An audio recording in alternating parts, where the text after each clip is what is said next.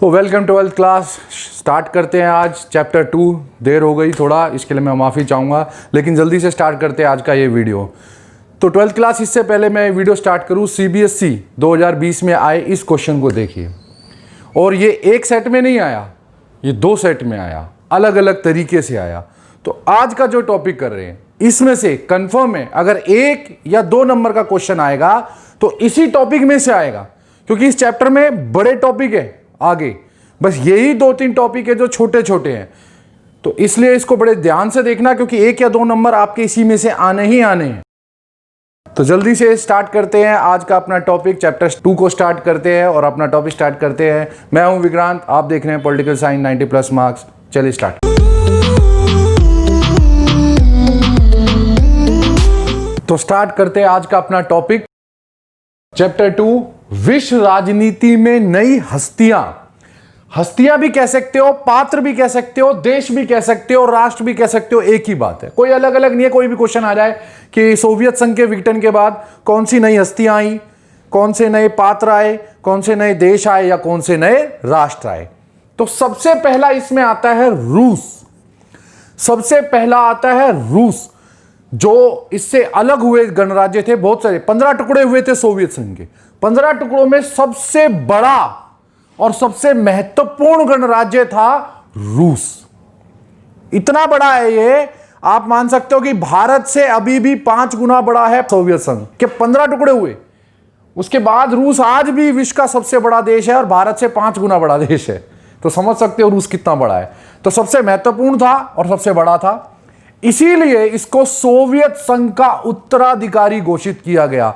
अब इस उत्तराधिकारी का मतलब समझो। देखो, सोवियत संघ के पास लगभग 8000 परमाणु बम थे, लगभग 8000 परमाणु बम थे।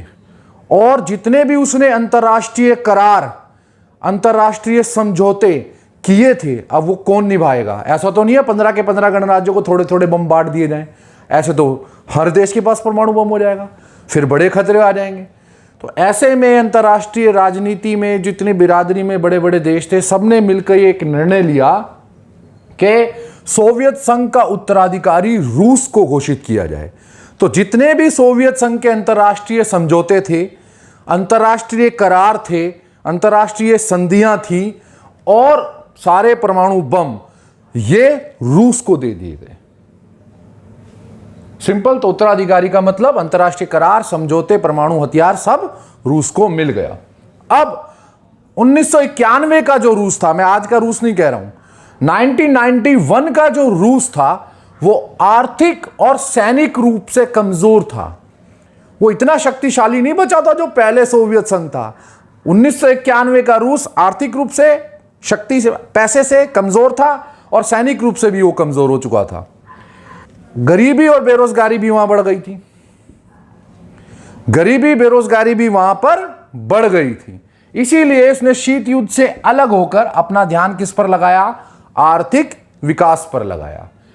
तो 1991 का रूप, क्योंकि आर्थिक रूप से और सैनिक रूप से कमजोर था, गरीबी बेरोजगारी वहां बहुत ज्यादा बढ़ गई थी, तो इसीलिए रूस ने निर्णय लिया कि वो शीत युद्ध में शामिल नहीं रहेगा, शीत युद्ध से अलग हो जाएगा। और शीत युद्ध से अलग होकर उसने अपना सारा ध्यान केंद्रित किया कहां पर? अपने आर्थिक विकास पर। अभी इस टॉपिक का सबसे इंपॉर्टेंट पॉइंट आ रहा है, तो उसकी ओर बढ़ते हैं। तो अब आता है इस रूस के अंदर सबसे इंपॉर्टेंट पार्ट। रूस के 2 गणराज्यों में, रूस के अंदर 2 क्षेत्र हैं, उन्हें गणराज्य कह लो अंदर, क्योंकि रूस पहले सोवियत संघ का गणराज्य था और अलग देश बना तो उसके अंदर गणराज्य बने।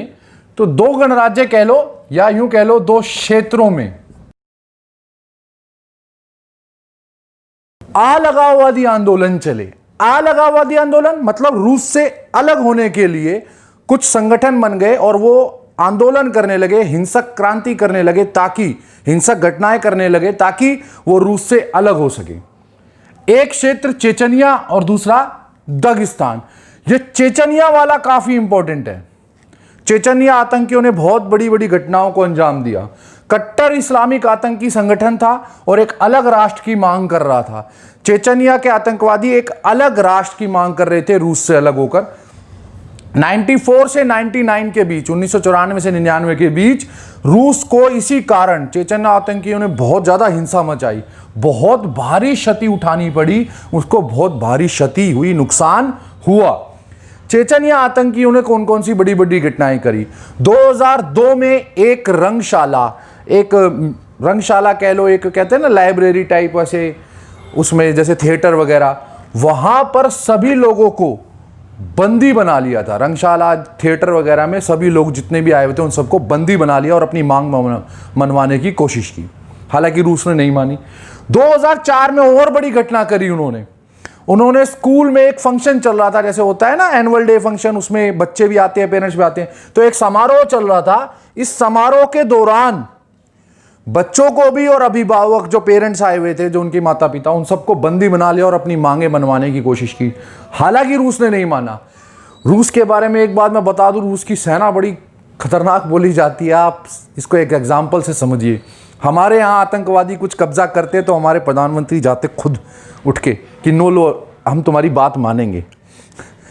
रूस के सैनिकों को बंदी बना लिया गया था, 10 सैनिक को चेचनिया वालों ने बंदी बना लिया और एक गर्दन काट के रूस के सेना के पास भेजी कि अगर आप हमारी मांग नहीं मानोगे तो हम ऐसी गर्दनें काट के भेजेंगे।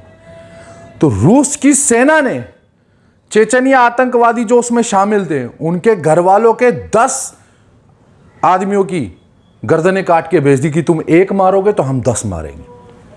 तो रूस से इतना जल्दी निपटना आसान नहीं है और अब तो रूस और ज्यादा शक्तिशाली हो गया है। तो चलते हैं हम अगले नेक्स्ट पॉइंट की तरफ। तो विश्व राजनीति की नई हस्तियां या नए पात्र देश में अगला है बल्कान राज्य। मैंने आपको बताया था सोवियत संघ की आर्थिक हालत खराब हो रही थी, तो ऐसे में बल्कान राज्यों ने भी अलग राष्ट्रों का एक कुल बनाया और अलग होने की कोशिश की। तो बल्कान राज्य क्या थे? बल्कान यूरोप में एक प्रायद्वीपीय क्षेत्र था। प्रायद्वीपीय काफी तरफ से, समुद्र से 3 तरफ से घिरा हुआ होता है, इसे बोलते हैं प्रायद्वीपीय क्षेत्र। इसे यूरोप में बारूद का पीपा भी बोला जाता था। बल्कान राज्यों को यूरोप में बारूद का पीपा भी बोला जाता था। अब इसको समझो क्यों बोला जाता था, बहुत इंपॉर्टेंट है, 1 नंबर में आ सकता है। बारूद का पीपा मतलब यहां पे छोटी छोटी बात पर ऐसी ऐसी बड़ी बड़ी घटनाएं हो जाती थी, छोटी छोटी घटनाओं के पीछे युद्ध छिड़ जाता था और वो बड़ी ही जल्दी एक बड़े युद्ध में बदल जाता था।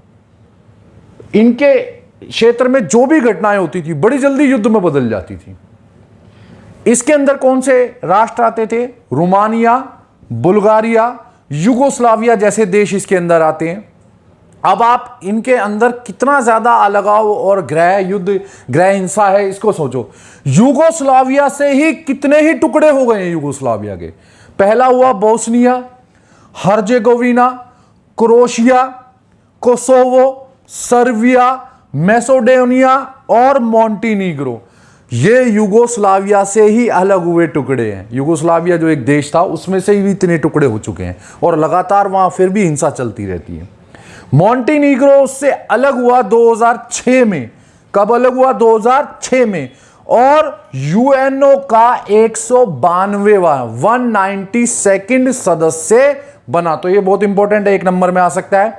मॉन्टीनीग्रो किससे अलग हुआ? युगोस्लाविया से अलग हुआ। कब अलग हुआ? 2006 में। और यूएनओ का कौन सा मेंबर बना? 192nd। अब हम चलते हैं इसके आगे।